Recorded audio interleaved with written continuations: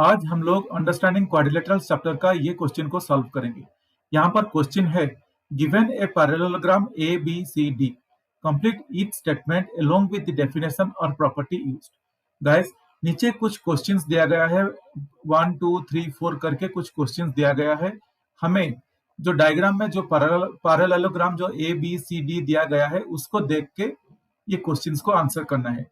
और ये क्वेश्चन को आंसर करने के लिए हमें क्या करना है, हमें पैरेललोग्राम का प्रॉपर्टीज को यूज करना है। हमें पैरेललोग्राम का प्रॉपर्टीज का हेल्प लेके ये क्वेश्चन को हम लोग आंसर करेंगे। तो चलिए मैं आपके सामने पैरेललोग्राम का प्रॉपर्टीज को लेके आ जाता हूं ताकि हमें इजी रहेगा ये क्वेश्चन को आंसर करने के लिए। गाइस ये चैप्टर बहुत इजी है, मगर हम लोग ये प्रॉपर्टीज को थोड़ा याद में रखना चाहिए। अगर ये प्रॉपर्टीज हम लोग याद करके रखेंगे ताकि हमें ये क्वेश्चन जो भी क्वेश्चन आएगा हमें सॉल्व करने में आसानी रहेगा। ये देखिए, a parallelogram has the following properties. क्या क्या प्रॉपर्टीज है? The sides opposite to each other are equal, angles opposite to each other are equal, the diagonals bisect each other, the sum of adjacent angles is 180 degree. Guys इतना चार properties, ये properties का चार steps है। एक है opposite sides are equal. अगर आप लोग यहाँ पर देखेंगे, ये पैरेललोग्राम को देखेंगे तो क्या क्या है ये पैरेललोग्राम में? Opposite sides are equal. ये हमें पता है, एक पैरेललोग्राम का अपोजिट साइड्स इक्वल है बोल के पता है। C D is equal to, ये पैरेललोग्राम में C D is equal to A B, A D is equal to B C. Opposite sides are equal. Angles opposite to each other are equal. ये जो angle A है, ये angle A is equal to angle C, angle B is equal to angle B is equal to angle D. Opposite angles are equal, ये भी हमें पता चल गया है। The diagonals bisect each other. ये जो डायगोनल दिखे यहाँ पर बाइसेक्ट कर रहे हैं, ये सेंटर पॉइंट ओ पॉइंट पे ये डायगोनल्स बाइसेक्ट कर रहे हैं। और एक चौथा पॉइंट था, चौथा पॉइंट क्या है ये भी हम लोग देख लेते हैं। The sum of adjacent angles is 180 degree. Guys ये क्या बोल रहा है ये पॉइंट्स देखिए, सम ऑफ एडजेसेंट एंगल्स। यहाँ पे अगर मैं ए एंगल को कंसिडर करूंगा तो ए का एडजेसेंट एंगल डी हो सकता है, नहीं तो बी हो सकता है। तो ए प्लस डी नहीं तो ए प्लस बी, ये दोनों को अगर हम लोग ऐड करेंगे तो 180 डिग्री मिलेगा। किसी एक को ऐड करेंगे, ए का एडजेसेंट एंगल डी अगर लेंगे तो A plus D is equal to 180 degree होगा, नहीं तो बी लेंगे ए प्लस बी 180 डिग्री होगा। नहीं तो हम लोग बी का एडजेसेंट एंगल अगर ढूंढेंगे तो बी का एडजेसेंट एंगल ए है, नहीं तो सी है। जो एंगल नजदीक है उसको हम लोग एडजेसेंट एंगल बोलते हैं। बस इतना ही। अभी ये चार प्रॉपर्टीज के बारे में हम लोग जान चुके हैं। चलिए ये क्वेश्चन को आंसर करते हैं। क्वेश्चन क्या दिया है? Complete each statement along with the definition और प्रॉपर्टी यूज्ड। नंबर 1 क्या है? A D is equal to A D. Guys A D बोले तो ये साइड के बारे में हमें क्वेश्चन पूछ रहा है, ये साइड के बारे में। A D is equal to क्या है? तो हम लोग क्या लिख सकते हैं? A D is equal to B C. Parallelogram का ये फर्स्ट प्रॉपर्टी हम लोग यूज करके लिखेंगे, A D is equal to B C. तो ये हम लोग कैसे आंसर करेंगे? देखिए मैं इसका जो फिल इन द ब्लैंक्स है हम लोग इसको ऐसे फिलअप कर देंगे, ऐसे फिलअप करके हम लोग आंसर कर देंगे। क्या करेंगे देखिए, ए डी ये जो नंबर 1 है, A D is equal to मैं लिखूंगा बी सी। क्यों? हम लोग लिख देंगे the sides opposite to, the sides opposite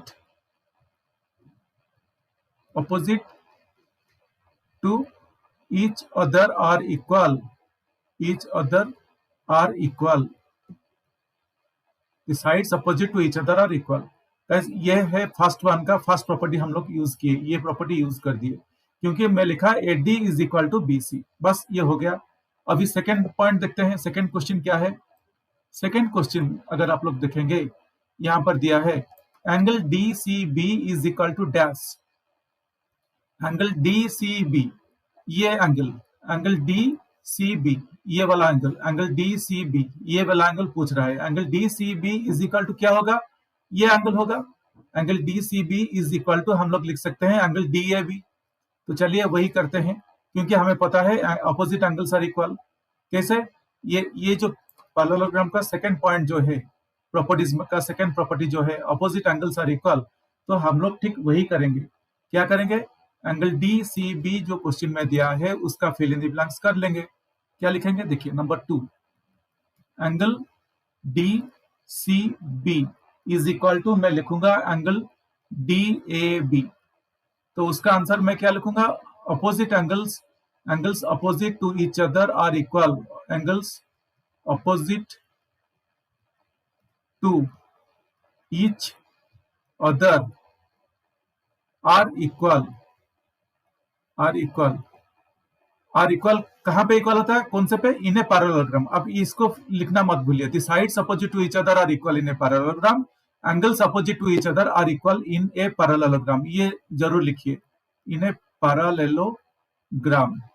ठीक, वैसे ही यहाँ पे भी लिख दीजिए इन ए पैरेललोग्राम, ये लिखना बहुत जरूरी है, पैरेललोग्राम। चलिए, ये दोनों पॉइंट्स हो गया।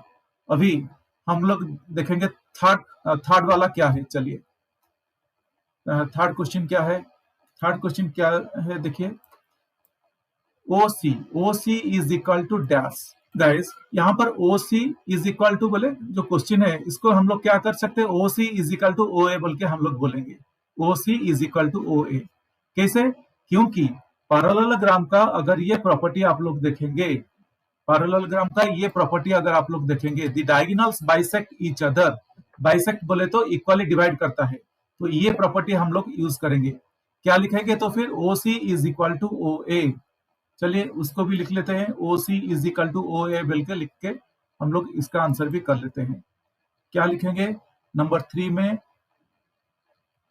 OC is equal to OA कैसे हुआ, ये property, the diagonals bisect each other, the diagonals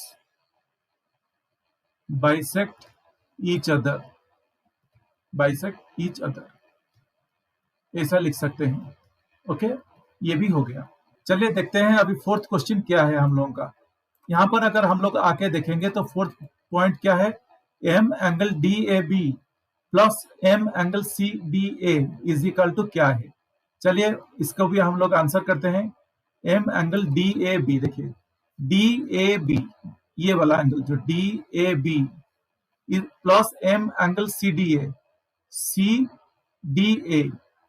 guys, M angle CDA, ये दोनों क्या है। चलिए, DAB प्लस CDA, देखिए, चलो देखते हैं हम लोग इसको क्या आंसर करेंगे।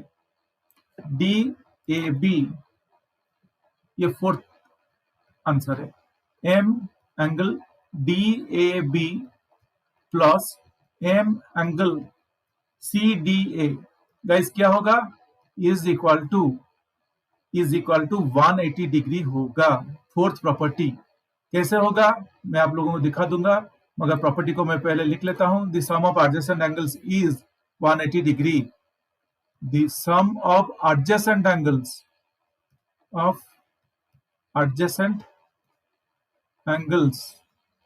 इज 180 डिग्री, ये लिखना है हमें। चलिए देखते हैं कैसे हो रहा है। Angle DAB, angle CDA, that means क्या क्या एंगल है, A और D के एंगल के बारे में हम लोग यहाँ पर बात कर रहे हैं।